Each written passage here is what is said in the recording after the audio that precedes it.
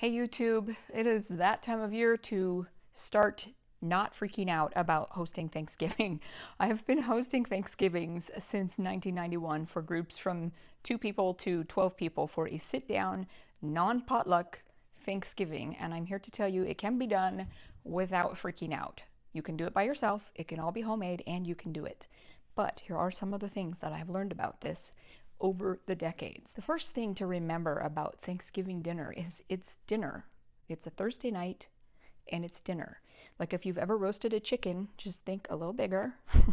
We're doing a meat, we're doing some side dishes. You probably already made pies, there's bread already ready. So we're doing meat and side dishes. I mean, if you boil it down, this is just dinner. We need to just bring it down.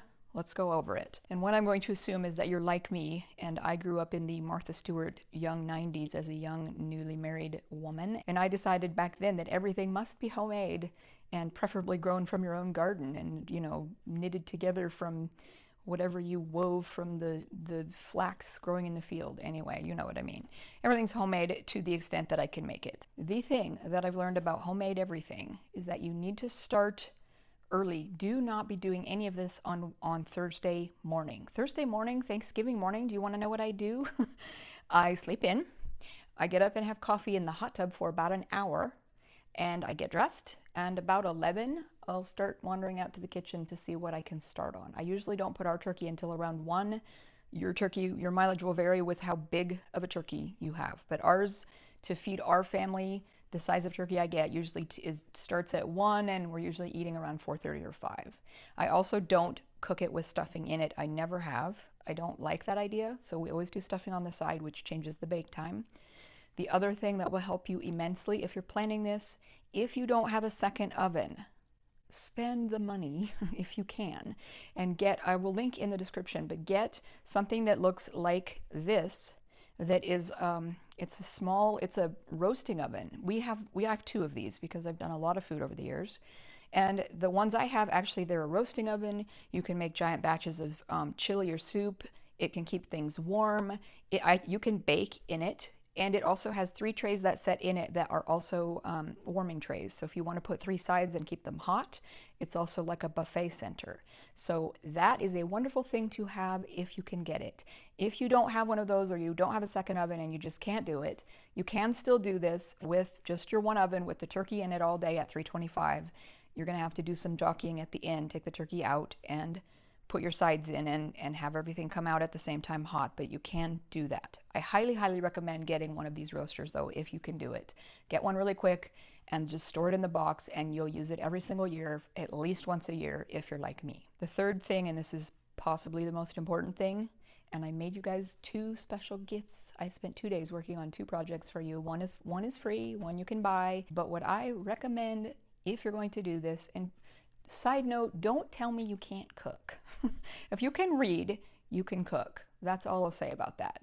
No, you can cook. You just pay attention.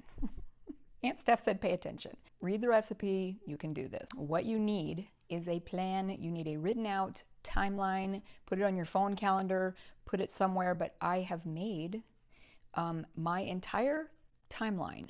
I put it into a PDF file, and it's sort of pretty, and it will count you down from 1 to 2 months before Thanksgiving to 2 weeks before, 7 to 10 days before, the week before, the last 3 days before, right up to Thanksgiving, and then an hour by hour work through the day list of things you can check off to do on Thanksgiving Day to have dinner hot and on the table, ready to enjoy, and you will not be frazzled and crazy by the time it's done. The other thing I made for you, and this will be a little bit more specific, which is why it's free. You can just download this, and it might help you, it might not.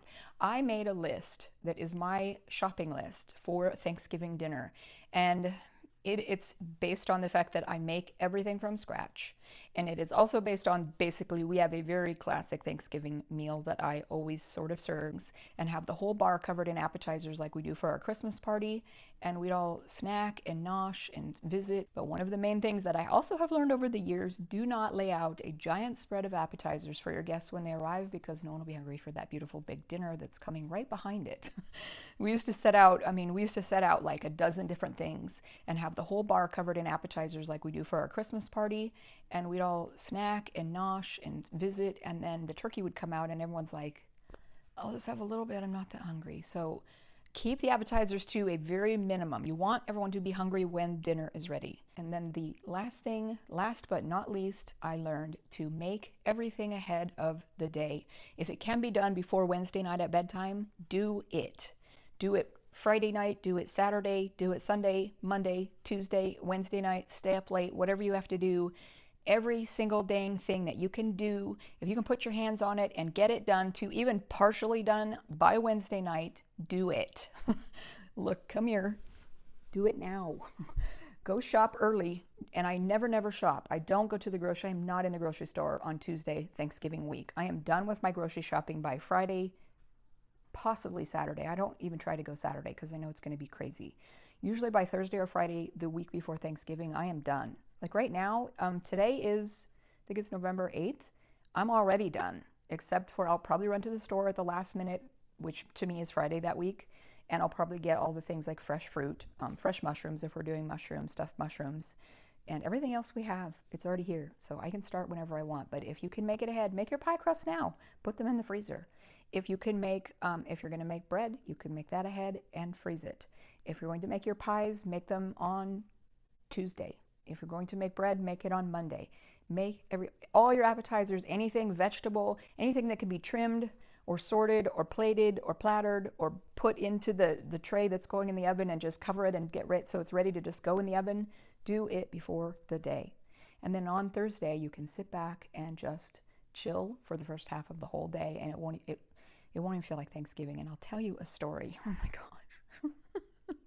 I'll tell you a story now that there's no one here to judge me about it. My mother-in-law, way back in the day, this was probably 1995 or 96. We've been married for 5 or 6 years, and I'd known her for 4 years before that, so we weren't new to each other.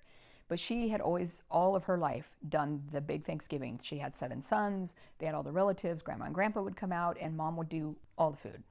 And her rule was you need to bake the turkey for an hour per pound. Do the math if you're a cook, and your eyes will cross. So she insisted that you had to get it. You need to be up at 2 in the morning to get the turkey ready to put in the oven. The year that we had moved with my husband's job from Washington down to Southern Oregon, we talked them into coming down. They drove all the way down from Idaho and came for Thanksgiving in Oregon. And they just spent the night, ate dinner, and I swear they just went straight home. They were so uncomfortable, out of their element. But it was for Thanksgiving, and the night before, I was already arguing with her about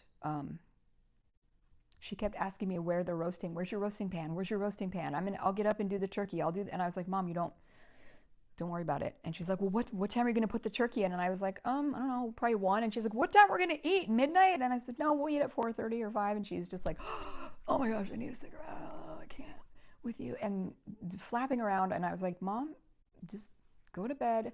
And she kept banging around the kitchen looking for my roasting pan. So I actually hid it. I hid it in the laundry room somewhere. I can't remember where, but she couldn't find it. So the next morning when we got up, and she was so annoyed. She was so annoyed with me. And the next morning we got up at whatever time, and she's like, I couldn't find your roasting pan. I was like, yeah, it's right here. I'll be starting here in an hour or so. And she was flapping around so much, I finally was like, Mom, if you don't be quiet, I'm going to order you a pizza. Zip it. And we cooked it, and it was great. But her rule was that it needed to be cooked for an hour per pound, and the legs need to fall off, like when you take it out of the oven. And I said, no, my husband had never had good turkey. He'd never had turkey that wasn't as dry as dust. You have to have gravy because you can't swallow it. So anyway, if you have people like that in your family, put them on mute. Do what you need to do in the kitchen. If you've watched any of my hosting videos, you will know that one thing I really love about hosting, and we love to host, but here's my blunt rule about it. If you're going to host, host. Don't make it a potluck. Don't ask people to bring anything. Don't let them come and just be a guest. What a nice treat for people to just get dressed, go to a party or a dinner at someone's house, and just walk in, enjoy the food, enjoy the company, and go home. You don't have to make a dish, and what casserole dish can we take in the car, and will it stay hot, and what if they don't like it, and what if it doesn't go with what they're making, and what if it's not enough? They shouldn't have to worry about it. And I would love to go to a party like that myself, where you go and you just show up and eat food and talk to people and leave. If you love to cook, what a perfect gift. This is like my gift to my family, is to have them come to our house and enjoy beautiful food and music and company and then go home and they didn't have to do a thing. That's the gift that you can give people if you love to cook. So I'm going to put links down below.